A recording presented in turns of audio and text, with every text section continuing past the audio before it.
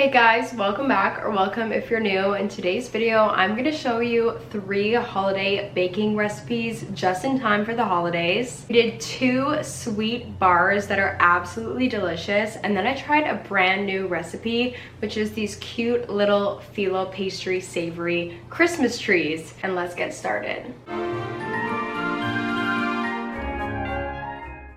Alright, so these are all the ingredients you're going to be needing for the first recipe. It's pretty simple. It's actually a family recipe, so I don't even know if I'm allowed to share this. And obviously the main ingredient is going to be peanut butter. You're going to start with making a double boiler and then just find a bowl that fits. I ended up using a pretty large one. And then you're going to melt some brown sugar in there with the corn syrup. So it's 50-50, the same exact measurements.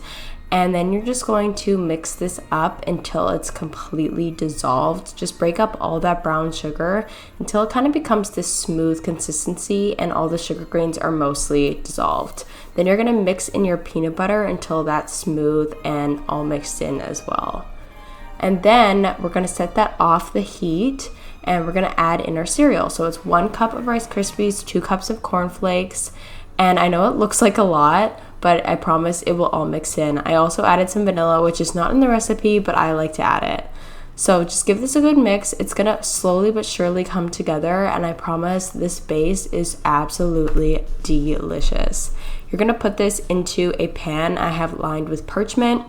And it can be a little sticky, but just do your best to make a good base and press it down. As you can see, I'm pressing it down with the spatula, and try to do this quickly before it kind of hardens up, and try to get this as even as possible. I kind of got it on the side, so try to get it more just like on the bottom, if that makes sense.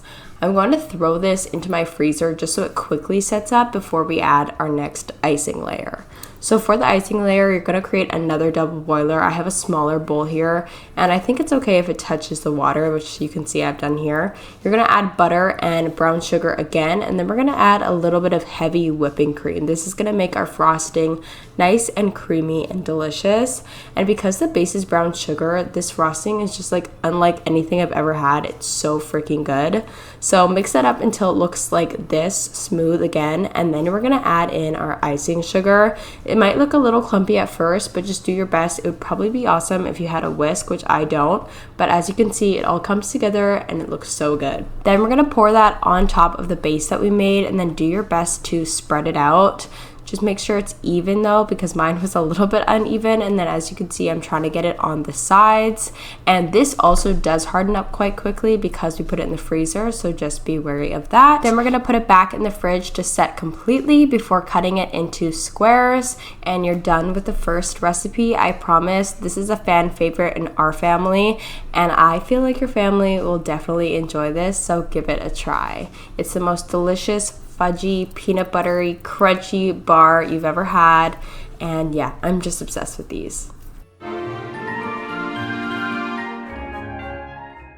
Alright, so this is my second year making Nanaimo bars, and it's not as hard as you think. These are all the ingredients you're gonna need, and I'm just gonna start by doing my chopping to get that out of the way. So I'm gonna chop up some almonds very finely. This took a long time, so I recommend getting pre-chopped ones. You can also use different nuts if you'd like. I'm also going to chop up our baker's chocolate. This is what you're going to need for the chocolate part of the recipe. You could also use semi-sweet chocolate chips if you don't have baker's chocolate. I'm going to create another double boiler and add 1/2 cup of softened butter, as well as some cocoa powder and some white sugar. While that's melting, I'm gonna make my egg. Since I don't eat eggs, I use this Bob's Red Mill egg replacer in my baking. And all you do is just take the powder and add 2 tablespoons of warm water and mix it all together. It's gonna come from this liquidy consistency to a more thicker consistency like an egg. But of course, if you eat eggs, you could just use one of those, which would be easier. We're gonna make sure all of this mixture is melted in the bowl completely and the sugar is dissolved just like the last recipe. And as you can see, it's nice and smooth. And then we're gonna go ahead and add our egg. This is gonna thicken it up quite quickly, so it might look a little scary, but I promise it's totally okay. Just make sure to give it as good of a mix as you can. And then once it's thickened up, we're gonna go ahead and take it off of the heat. For our base, we're gonna add sweetened shredded coconut and our almonds that we chopped up with graham cracker crumbs into the mixture that we made on the double boiler. This can be a little hard to mix up because, as you can see, there's a lot of dry components, but just make sure you mix it all up. I was using a knife here just to get all the chocolate mixed evenly with the stuff that we put in. Then we're gonna add this to another parchment lined pan. The recipe says 8 by 8, but I actually used a larger one just to get a little bit more. So you can use kind of whatever size you want, but then the layers are just gonna be a little bit different. I just took a Pyrex bowl to set this into place and get it as flat and even as possible. And then we're gonna add this into the fridge to set up as well. Now we're gonna make our middle frosting layer. So you're gonna take half a cup of softened butter, make sure it's soft, a little bit more of that heavy whipping cream, and then I'm also adding some vanilla just for flavor. Then we're gonna add the Bird's custard powder. This is what's gonna give it that yellow color, so you definitely don't wanna miss this step. I'm gonna start just by blending it softly before we add in our icing sugar. It's gonna get a little bit clumpy, but again, just trust the process. It's all gonna get worked out. I added the icing sugar about half a cup at a time and just keep adding it until you get this nice smooth consistency. I actually did end up 1.5ing this recipe because I felt like since I had a larger pan, I didn't have quite enough frosting. And I do like my Nanaimo bars to have a little bit extra of the middle layer. So you can do the regular recipe if you do a smaller pan or double it, but it should just look like this and all soft and creamy, and make sure it's all incorporated.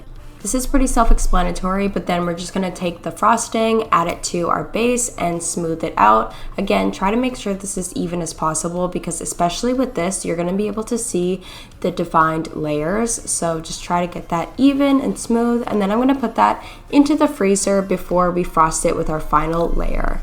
You're gonna melt butter with our baking chocolate that we cut up in the microwave. I just put it in for 30-second increments, just until it's nice and smooth, but make sure you don't heat it up too much so it doesn't get the wrong consistency. It should just be smooth and silky, and it's gonna make the perfect topping for Nanaimo bars. So you can take them out of the freezer and pour this on top, and then make sure again that you spread this out evenly and quickly so that it doesn't harden up before you have the chance to spread it out. And then I just made lines down the middle to make it a little bit more cohesive. And then you're done with the 3 layers of your Nanaimo bars. I also just like to add a little touch at Christmas time where I just make a quick frosting with icing sugar and whipping cream. And I like to put this in a little piping bag and make little tiny Christmas tree decorations. Of course, this is totally optional. You could even use something else as the decoration, but I love to do this and I think it's so cute. I'm gonna be honest, this did take me a few tries to get right, but basically I just do the stump and then I do lines going up and I make sure they're smaller and smaller as they go on.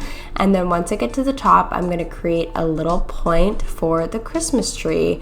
And we're gonna do this on the spot where every single Nanaimo bar would be. And this is how it turned out. It is so cute, and yeah, I just love these. I think they're perfect for the holidays, and the little decoration just gives it the extra specialness that it needs. Then you can cut it up and serve it. I do like to keep these in the freezer before I'm gonna be eating them, but you can take them out just about an hour before serving.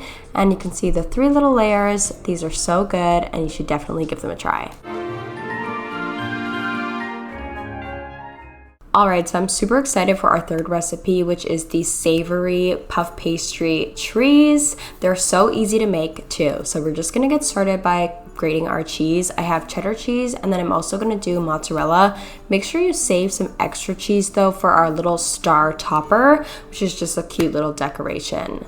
So we have our 2 different cheeses, and then we're gonna take out our puff pastry. Make sure you get this out to thaw 2 hours before you're going to use it.